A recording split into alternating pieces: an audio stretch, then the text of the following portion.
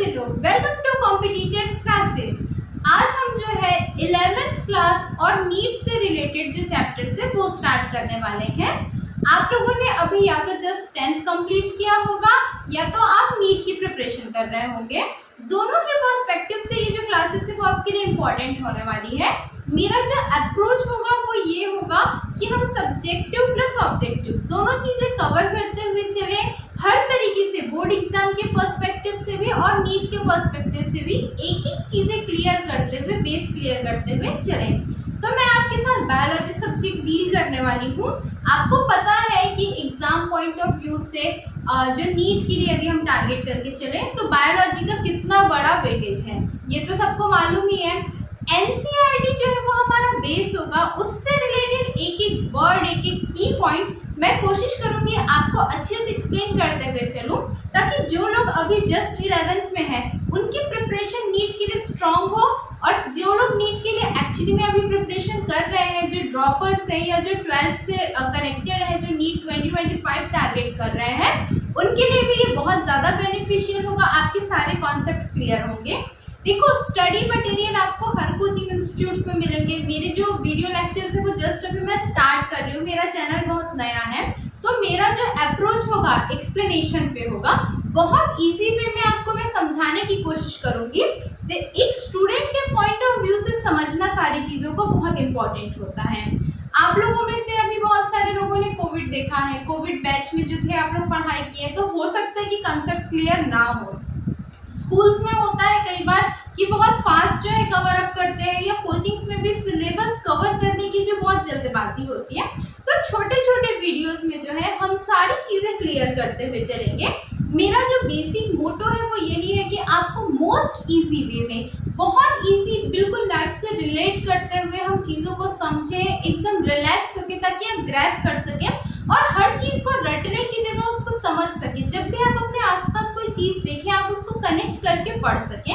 तो ये मेरा अप्रोच रहेगा। बाकी जो भी आपको डाउट्स आते हैं आप कमेंट सेक्शन में कमेंट करके कीजिए, पूछिए, ठीक है।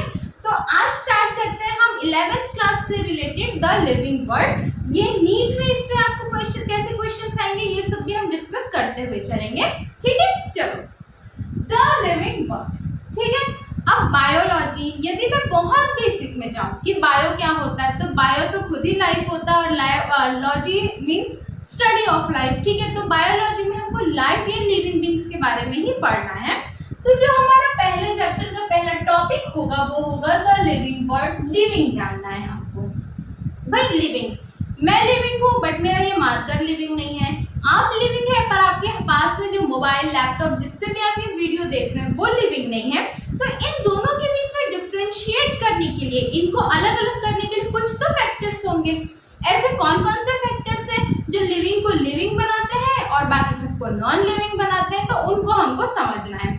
बहुत इजी वे में समझेंगे कि लिविंग बीइंग जो होते हैं उनके अंदर कुछ स्पेसिफिक कैरेक्टरिस्टिक्स होते हैं, कुछ गुण होते हैं। उनमें कौन कौन से गुण होते हैं, कौन कौन से कैरेक्टरिस्टिक्स होते हैं, तो जो लिविंग बीइंग होते हैं, ठीक है, जो लिविंग बीइंग होते हैं वो ग्रोथ करते हैं। क्या करते हैं? ग्रोथ करते हैं। आप जब पैदा हुए थे तो जितने छोटे से थे, अभी आप बहुत बड़े हो गए होंगे, आपकी हाइट कुछ भी फिट में होंगी, तब तो नहीं थी। आपका वेट तब बहुत कम था, 3 kg, 2.5 kg, 3.5 kg जो भी रहा होगा, ठीक। अभी आपका वेट उससे अलग है। आप continue age by age growth करते गए।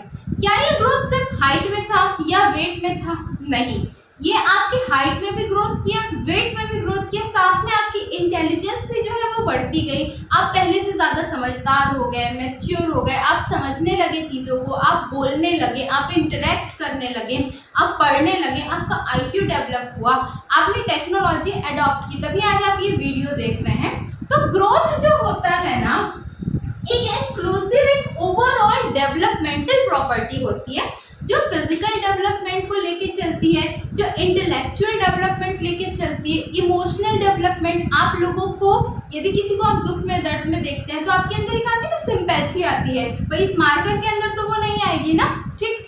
तो ये जो चीज़ें होती हैं, ये जो कैरेक्टरिस्टिक्स होते हैं, ये लिविंग के होते हैं, ठीक है, जिनके अंदर लाइफ होती है, जिनके अंदर जिंदगी होती है, जो जी रहे होते हैं, उनमें एक बहुत इंपॉर्टेंट कैरेक्टरिस्टिक होता है ग्रोथ का।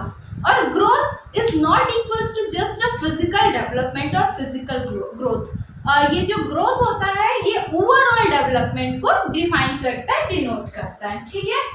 डेवलपमेंट, ग्रोथ और डेवलपमेंट में जो फर्क होता है वो यही होता है कि ग्रोथ जो होता है इसको यदि हम टिपिकल वर्ड में समझें तो भाई ग्रो कर रहा है मतलब बड़ा हो रहा है, साइज में बड़ा हो रहा है। ग्रोथ जो होता है वो किसको डिफाइन कर देता है, साइज को, जबकि जो डेवलपमेंट होता है वो ओवरऑल डेवलपमेंट होता है, हर पर्सपेक्टिव से, साइज से, दिमाग से, दिल से, जिससे भी आप बोलो, सबसे जो डेवलपमेंट हो रहा है, हर तरीके से, हर पॉइंट ऑफ व्यू से जब आगे बढ़ते हैं हम तो वो कहलाता है डेवलपमेंट, ठीक है।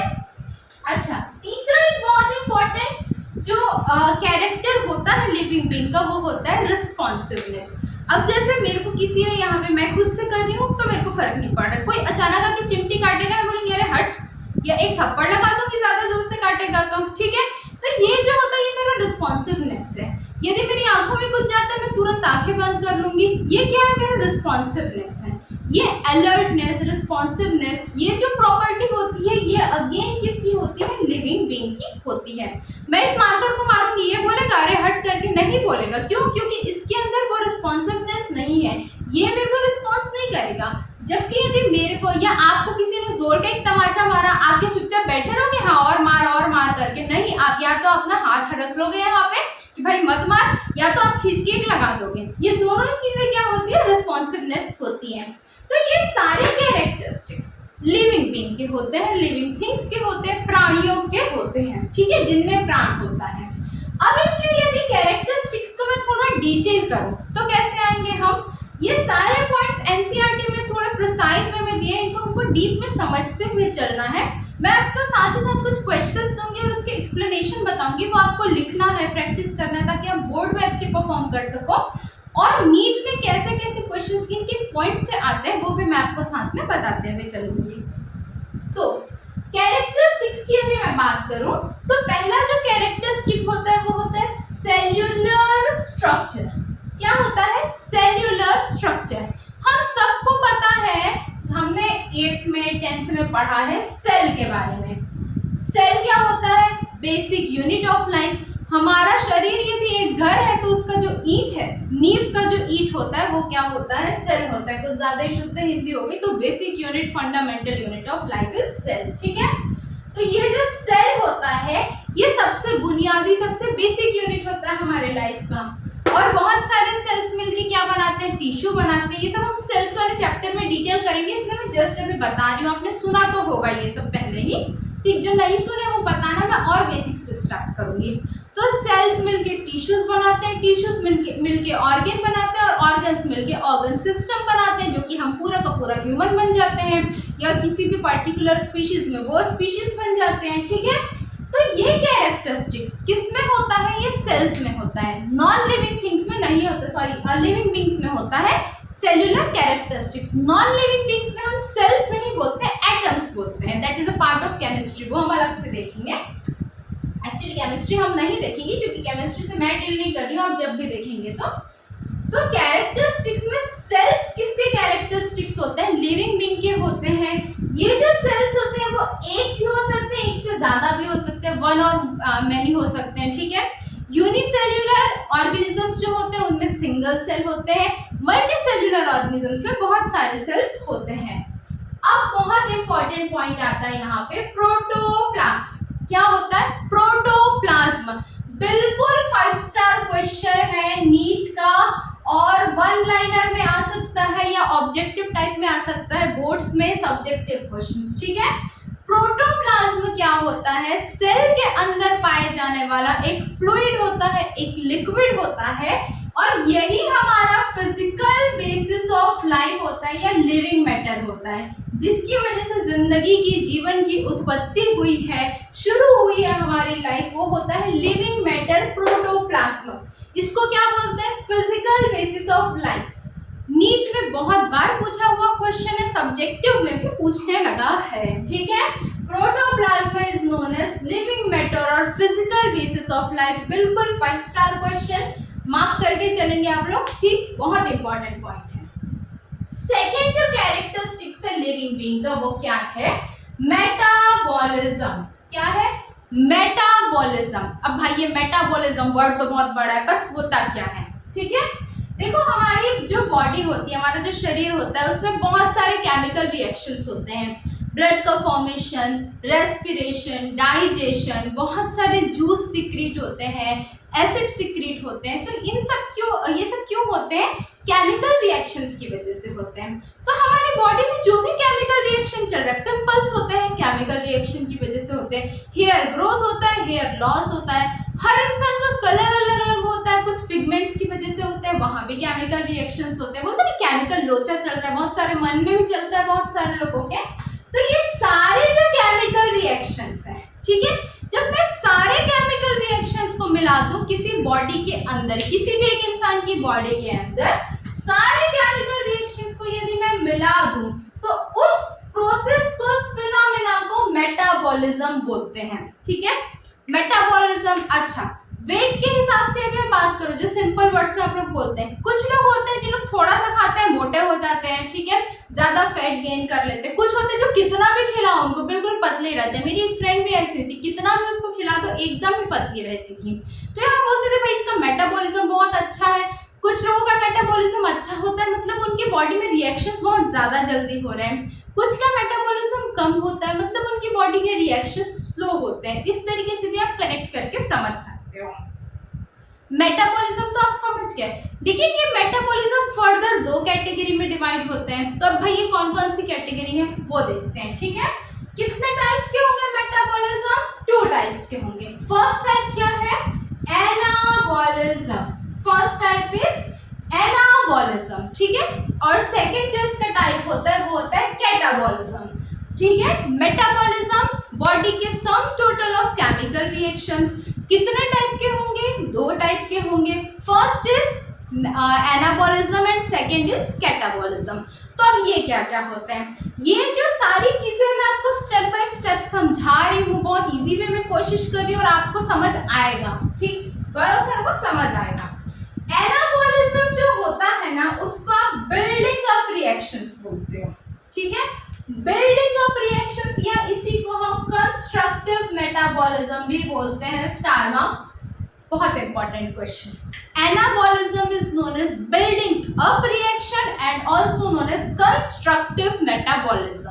अब इसका क्या मतलब है? देखो, हमारी बॉडी में जब सिंथेसिस प्रोसेस होता है, किसी भी चीज का बनना, देखो 2 तरीके की चीजें होती है, या तो चीजें बनती हैं या टूटती है। जब हम बनाने की बात करें, ठीक है, मूड बनाने की बात करें, प्रोग्राम बनाने की बात करें, फूड बनाने की बात करें, या रिएक्शंस में कोई चीज बनाने की बात करें, जब भी कोई चीज कंस्ट्रक्ट होगा, बनेगा, तो उसको हम क्या बोलेंगे? एनाबॉलिज्म बोलेंगे। इसका एक बहुत इंपॉर्टेंट एग्जाम्पल है फोटोसिंथेसिस। नाम सबने सुना होगा, बिल्कुल नाम तो सुना ही होगा वाला है ये। ठीक है, तो ये जो फोटोसिंथेसिस है, उसमें हम क्या करते हैं? कार्बन डाइऑक्साइड के 6 एटम्स कितने मॉलिक्यूल्स लेते हैं, हाइड्रोजन के 12 मॉलिक्यूल्स लेते हैं, थोड़ा सा उसमें सनलाइट दे देते हैं और क्लोरोफिल दे देते हैं। तो ये हमको क्या बना के देता है? ग्लूकोज। ठीक है, ग्लूकोज हमको बना के देता है C6H12O6। इसको फॉर्मूला याद नहीं होगा वो बिल्कुल लिख लेंगे, ग्लूकोज का फॉर्मूला भी बहुत इंपॉर्टेंट है। ठीक है, ग्लूकोज हमको बना के देता है, एक्चुअली हमको नहीं, प्लांट को बना के देता है। साथ में 6 मॉलिक्यूल्स ऑफ वाटर और 6 जो है मॉलिक्यूल्स ऑफ ऑक्सीजन देता है, जिसको हम अंदर लेते हैं, इनहेल करते हैं। तो फोटोसिंथेसिस क्या है? एक प्रकार का एनाबॉलिज्म है, एनाबॉलिक रिएक्शन है, जहां पे ग्लूकोज का फॉर्मेशन हो रहा है, ग्लूकोज का कंस्ट्रक्शन हो रहा है, ग्लूकोज बनाया जा रहा है। तो ऐसे कोई भी प्रोसेस जहां पे बॉडी के अंदर होने वाला कोई भी प्रोसेस जहां पे किसी भी प्रकार का केमिकल बनता है, इन्वेंट होता है, कंस्ट्रक्ट होता है, सिंथेसिस होता है, उसको हम बोलते हैं एनाबॉलिज्म। जबकि कैटाबॉलिज्म, नाम से ही पता है, कैट है तो काट रहा है, इसका मतलब तोड़ रहा है। तो ब्रेक डाउन रिएक्शंस या डिस्ट्रक्टिव रिएक्शंस, जहां पर भी चीजें टूटती हैं, जिनका ब्रेक डाउन होता है, जहां पे काटा जाता है, कैटा से काटना याद रखो आप लोग। तो कैटाबॉलिज्म जो है वो एक प्रकार का, एक टाइप का डिस्ट्रक्टिव रिएक्शन है। इसका एग्जांपल है रेस्पिरेशन। आपने अभी तक के शायद समझा होगा कि फोटोसिंथेसिस फोटोसिंथेसिस, रेस्पिरेशन अलग अलग चीजें होती है। दोनों हम प्लांट फिजियोलॉजी में बहुत डिटेल में पढ़ेंगे, आपके लिए बहुत इंपॉर्टेंट है नीट पॉइंट ऑफ व्यू से या 11th क्लास के पॉइंट ऑफ व्यू से भी। ठीक, कैटाबॉलिज्म जहाँ पे ब्रेक डाउन होता है। अब इसका एग्जांपल देखते हैं। यहाँ पे क्या मिला हमको, ग्लूकोज है, C6H12O6 क्या है, ग्लूकोज है। ठीक है, यहाँ पे प्लेस नहीं है बट मैं लिख लेती हूँ, अभी गर्मियों में तो ग्लूकोज की बहुत ज्यादा जरूरत पड़ती है, भाई क्या तो धूप है।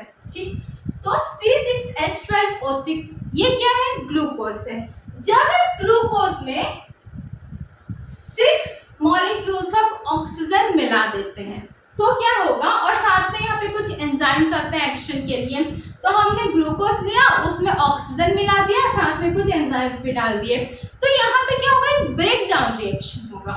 उसमें क्या मिलेगा, 6 मॉलिक्यूल्स ऑफ कार्बन डाइऑक्साइड मिलेंगे, 6 मॉलिक्यूल्स ऑफ हाइड्रोजन मिलेगा और 6 जो है साथ में एनर्जी मिलेगी हमको। तो ये जो ग्लूकोज क्या कर रहा है, ग्लूकोज हमने लिया, साथ में ऑक्सीजन भी लिया, तो ये हमको एनर्जी प्रोवाइड कर रहा है। तो यहाँ पे चीजें सिंथेसिस नहीं हो रही, यहाँ पे ब्रेक डाउन हो रही है। ठीक है, तो ऐसे जो भी रिएक्शंस जहाँ पे या ऐसे जो भी केमिकल रिएक्शंस जहाँ पे कोई भी प्रोडक्ट का ब्रेक डाउन होता है, वो टूटता है, वो कटता है, तो उस रिएक्शन को हम क्या बोलते हैं, कैटाबॉलिज्म बोलते हैं। ठीक है, कैटा से काटना याद रखना, आपको याद रहेगा। वीडियो के बाद ही मैं साथ ही साथ इसमें क्या आपको रिवीजन करवाते हुए चलूंगी ताकि आपको यहीं के यहीं क्लियर हो। पहली बार वीडियो देख के नोट्स नहीं बनाएंगे आप लोग, एक बार वीडियो देख के समझना है, सुनना है, उसके बाद चाहो तो आप दोबारा देख के नोट्स बनाओ, अदरवाइज आप किसी बुक से रेफरेंस ले लो, लेकिन एक बार ध्यान से सुनना जरूर है। ठीक है, नेक्स्ट जो कैरेक्टरिस्टिक है किसका, लिविंग बीइंग का, लिविंग थिंग्स का, वो क्या है, ग्रोथ। अगेन जिसके बारे में मैंने शुरू में ही बात की थी, जब ऑर्डरली इंक्रीज इन साइज होता है। ठीक है, ऐसा नहीं कि कहीं से भी सिर्फ और सिर्फ हाथ लंबा हो रहा है तो इसको आप ग्रोथ नहीं बोलोगे, सिर्फ और सिर्फ किसी का सर लंबा हो गया ये ग्रोथ नहीं होगा। एक प्रॉपर सीक्वेंस में जो है एक ऑर्डरली इंक्रीज यदि किसी का होता है, हाइट, हेल्थ जिसमें भी है, उसको हम क्या बोलते हैं, ग्रोथ बोलते हैं। और जब ओवरऑल डेवलपमेंट होता है, किसी पर्सन का IQ डेवलपमेंट होगा, इंटेलिजेंस क्वेश्चन डेवलपमेंट होगा। ठीक है, कितने इंटेलिजेंस हो आप, कितनी आपकी समझ है, कितनी आपकी बुद्धि है। ठीक, इमोशनल क्वेश्चन जो है वो डेवलप होगा कि आप किसी चीज को कितने सिंपैथाइज होकर सोच सकते हो, कैसे सिचुएशंस को आप डील कर सकते हो, जब प्रॉब्लम्स आती तो आप ओवर रिएक्ट करते हो या उसको समझदारी के साथ डील करते हो, आपका जो स्टडी का प्रोसीजर है वो कैसा है, आपकी समझ कैसी है, ये सारी चीजें जब डेवलप होती है तो उसको हम क्या बोलते हैं, डेवलपमेंट बोलते हैं। ठीक है, नेक्स्ट एक बहुत इंपॉर्टेंट कैरेक्टरिस्टिक, रिप्रोडक्शन किसका है, लिविंग बीइंग का है। अगेन ये मार्कर रिप्रोड्यूस नहीं करेगा, यदि इसका इंक खत्म होता है तो भाई मेरे को इसमें इंक डालना पड़ेगा, ऐसा नहीं बोलेगा कि भाई मैं खत्म होने से पहले 2-4 मार्कर्स बना के जाऊं। तो ये कैरेक्टरिस्टिक्स भी किसके होते हैं, लिविंग बीइंग्स के होते हैं। रिप्रोडक्शन मतलब अगेन एंड अगेन प्रोडक्शन। ठीक है, तो ये जो रिप्रोडक्शन होता है उसी के थ्रू पेरेंट्स जो है अपने बच्चों को जन्म देते हैं। ये 2 प्रकार से होते हैं, एक होता है एसेक्सुअल रिप्रोडक्शन और एक होता है सेक्सुअल रिप्रोडक्शन। ठीक है, एसेक्सुअल रिप्रोडक्शन में सिंगल पेरेंट इन्वॉल्व होंगे, मतलब एक सिंगल मदर जो है अपनी आने वाले जनरेशन को जन्म दे सकती है विदाउट अ फादर। जबकि जो सेक्सुअल रिप्रोडक्शन होता है उसमें 2 पेरेंट्स के या गैमेट्स का इन्वॉल्वमेंट जरूरी होता है। 12th क्लास में जो है ये आप लोग डिटेल में पढ़ेंगे, 10th में भी आपने पढ़ा होगा, तो फिलहाल के लिए इतना समझना जरूरी है। कौन ये सब के एग्जाम्पल्स हम आगे देखते हुए चलेंगे, आज की क्लास तो जस्ट इंट्रोडक्टरी है लेकिन फिर भी बहुत इंपॉर्टेंट है। नेक्स्ट एक बहुत इंपॉर्टेंट प्रॉपर्टी है लिविंग बीइंग की, वो है कॉन्शियसनेस। ठीक, इसके बारे में भी मैंने बताया रिस्पॉन्सिवनेस में कि भाई आपको रिस्पॉन्स करने के लिए कॉन्शियस होना तो जरूरी है ना।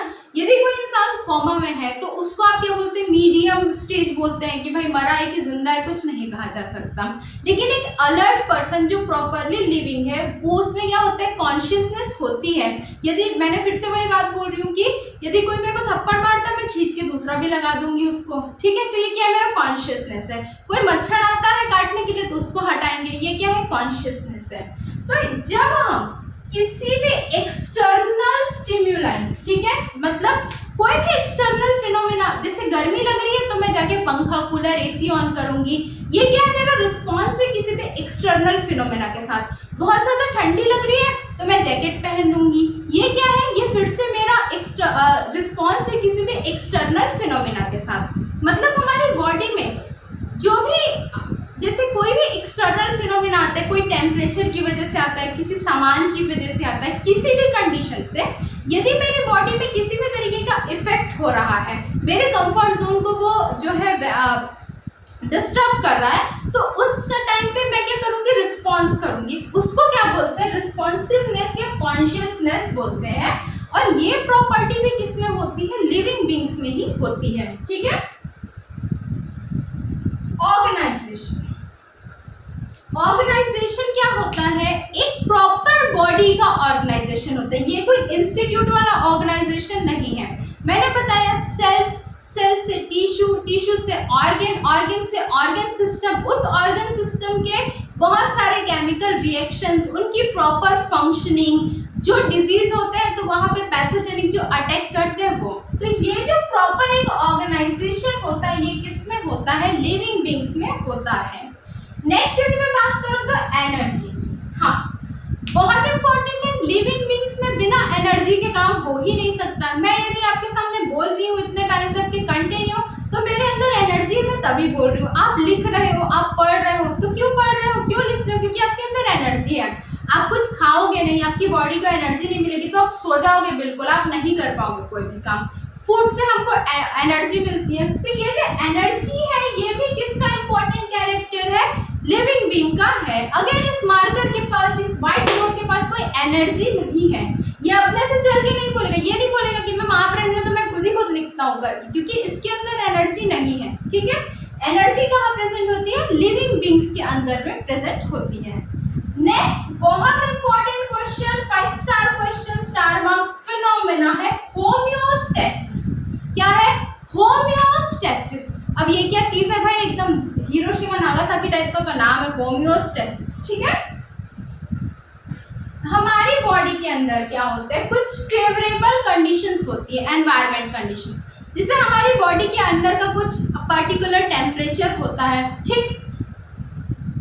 हमारी बॉडी के, हमारे वाइटल जो ऑर्गन्स होते हैं जैसे हार्ट, किडनी, लिवर, इन सबको फंक्शन करने के लिए एक प्रॉपर टेम्परेचर चाहिए होता है, जिसको हम ऑप्टिमम टेम्परेचर बोलते हैं। अब ये जैसे अभी गर्मी चल रही है, ठीक है, 45 डिग्री तक के टेम्परेचर पहुंच रहा है, तो ऐसे में हमारे वाइटल ऑर्गन सर्वाइव कर पाएंगे क्या? यदि मैं अपना हार्ट निकाल के रख दूं 45 डिग्री में, तो क्या मैं बच पाऊंगी? नहीं बच पाऊंगी। वैसे मैं अपना निकाल भी नहीं सकती। ठीक। तो ऐसे जो भी कंडीशन, मतलब ये जो भी एनवायरमेंटल कंडीशन जो वेरी करते हैं, उसमें हमारी बॉडी कैसे रिस्पॉन्स करेगी, कैसे सर्वाइव करेगी। तो देखो क्या होता है, बॉडी के अंदर का जो टेम्परेचर होता है, ठीक है, सपोज वो कितना है 37 है, बाहर में कितना है 45 है। ठीक। तो ये जो टेम्परेचर का वेरिएशन है, इस टेम्परेचर के वेरिएशन से हमारी बॉडी जो कोप अप करती, जो लड़ाई करती है, ठीक है, मेंटेन करती है और हमारे वाइटल ऑर्गन्स को फिर भी फंक्शन करने देती है। मतलब बाहर का एनवायरनमेंट कुछ और है और अंदर के एनवायरनमेंट के साथ फिर भी कोप अप करके जब हमारी बॉडी हमारे अंदर के, हमारे वाइटल ऑर्गन्स को प्रॉपर फंक्शन करने देती है, उस फिनोमेना को हम क्या बोलते हैं, होमियोस्टेसिस बोलते हैं। मतलब बाहर का जो भी एनवायरनमेंट हो, हमारे अंदर के एनवायरनमेंट पे वो नेगेटिव इफेक्ट नहीं डालेगा। ये फिनोमेना, ये कैरेक्टरिस्टिक किसके अंदर होगा, लिविंग बींग्स के अंदर होगा। ठीक है। किसी भी नॉन लिविंग बींग के अंदर, किसी घर के अंदर, किसी कॉपी के अंदर तो आप होमियोस्टेसिस नहीं डालोगे ना, नहीं देखोगे ना। किसमें होगा, ये ह्यूमंस में होगा। इसका यदि मैं डेफिनेशन या थ्योरेटिकली जाऊं तो फेवरेबल इंटरनल जो environment suitable for functioning of body organs and living beings. हमारे अंदर में क्या होता है, फेवरेबल सुटेबल एनवायरनमेंट होता है जो हमारे बॉडी के ऑर्गन्स को फंक्शन करने में हेल्प करता है। जबकि जो बाहर का टेम्परेचर होता है, बाहर का एनवायरनमेंट होता है, वो बिल्कुल अलग होता है। तो इन दोनों एनवायरनमेंट को को मेंटेन करने के बाद हमारी बॉडी को प्रॉपर फंक्शन में जिस फिनोमिना की हेल्प मिलती है उसी फिनोमिना को हम होम्योस्टेसिस बोलते हैं। Very important question. किसी भी ऑथेंटिक बुक में आप ट्रूमैन की बुक रेफर कर सकते हो या एबीसी वगैरह की जिसकी भी आप रेफरेंस बुक लेते हो, ये डायरेक्ट आप एनसीईआरटी से इसका प्रॉपर डेफिनेशन देख के लिखोगे। ठीक है, ये क्वेश्चन आता है और नीट के लिए आपको समझ के चलना है। होम्योस्टेसिस वर्ड बहुत बार यूज होगा, फिजियोलॉजी में भी हमको ये चीजें डिटेल में पढ़नी है। तो एक बार क्विक रिवीजन करते हैं आज की क्लास का। क्या पढ़ रहे हैं हम? The living word. लिविंग क्या होता है? जिनके अंदर ग्रोथ होता है, डेवलपमेंट होता है, रिस्पॉन्सिवनेस होता है, इस तरीके की जो भी कैरेक्टरिस्टिक्स होती है वो लिविंग बीइंग्स की होती है। सेल्यूलर स्ट्रक्चर, लिविंग बीइंग्स में सेल्स होते हैं, टिश्यूज होते हैं, यूनिसेल्यूलर, मल्टीसेल्यूलर, ये जो सारी चीजें होती है जिसमें होती है लिविंग बीइंग्स में होती है। Very important, protoplasm. प्रोटोप्लाज्म को ही हम लिविंग मैटर बोलते हैं या फिजिकल बेसिस ऑफ लाइफ बोलते हैं। लिविंग बीइंग्स का बहुत important characteristics metabolism. Sum total of all chemical reactions inside a body is known as metabolism. दो तरीके के मेटाबॉलिज्म होंगे, एनाबॉलिज्म सिंथेसिस रिएक्शन, कैटाबॉलिज्म जो है वो डिस्ट्रक्टिव रिएक्शन है। ठीक, एनाबॉलिज्म का एग्जांपल फोटोसिंथेसिस, कैटाबॉलिज्म का एग्जांपल रेस्पिरेशन। दोनों के इक्वेशंस आप लोग देख के रखेंगे, इंपॉर्टेंट है। नेक्स्ट हम बात करते हैं ग्रोथ की। ग्रोथ क्या होगा? जब हम मास में एक ऑर्डरली इंक्रीज होगा, एक प्रॉपर सीक्वेंस में इंक्रीज होगा, उसको हम ग्रोथ बोलेंगे। जबकि जब ओवरऑल मास के साथ, हाइट के साथ, ईक्यू, आईक्यू, इंटेलिजेंस सारी चीजें जब डेवलप होंगी तो उसको क्या बोलेंगे? प्रॉपर डेवलपमेंट वर्ड यूज करेंगे उसके लिए। रिप्रोडक्शन की मैं बात करूं तो दो तरीके के होते हैं, एसेक्सुअल जिसमें एक सिंगल पेरेंट इन्वॉल्व होगा, जबकि सेक्सुअल रिप्रोडक्शन में मेल और फीमेल दोनों तरीके के पेरेंट्स इन्वॉल्व होकर एक नई प्रोजेनी को क्या करते हैं? जन्म देते हैं।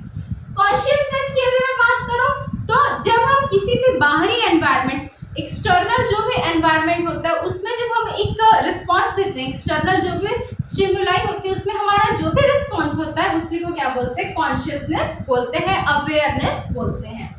ऑर्गेनाइजेशन, हमारी बॉडी एक प्रॉपर ऑर्गेनाइजेशन में काम करती है। कोई एक सिंगल सेल सारे फंक्शंस नहीं कर सकता है मल्टी सेल्यूलर में, जबकि यूनिसेल्यूलर में कर सकता है। उसी तरीके से मल्टी सेल्यूलर्स में सेल्स के ग्रुप को टिश्यू, टिश्यू के बाद ऑर्गन, ऑर्गन के बाद ऑर्गन सिस्टम, साथ में बहुत सारे केमिकल्स, एंजाइम्स, ये सब चीजें लगती है जो एक प्रॉपर बॉडी ऑर्गेनाइजेशन फॉर्म करती है। नेक्स्ट, एनर्जी बहुत इंपॉर्टेंट फैक्टर है। हमको हर एक बॉडी फंक्शनिंग के लिए, ऑर्गन फंक्शनिंग के लिए, किसी भी काम को करने के लिए एनर्जी की जरूरत पड़ती है, जो लिविंग बीइंग का एक डेफिनेट कैरेक्टरिस्टिक होता है। नेक्स्ट यदि मैं बात करूँ तो होम्योस्टेसिस, अंदर के एनवायरनमेंट, बॉडी के अंदर के एनवायरनमेंट और बाहर के एनवायरनमेंट के साथ कोप अप करके मेंटेन करते हुए हमारे वाइटल ऑर्गन्स को फंक्शनिंग के लिए जो फिनोमिना तैयार करती है उसी को क्या बोलते हैं? होम्योस्टेसिस बोलते हैं। ठीक है, तो आई होप आप लोगों को आज की क्लास अच्छे से क्लियर होगी। आप लोगों को भी अपना सपोर्ट बना के रखना है भाई। चैनल को लाइक करो, सब्सक्राइब करो, शेयर करो। सपोर्ट में कंजूसी नहीं करोगे बच्चे लोग। तो मिलते हैं चलो अगली क्लास के लिए।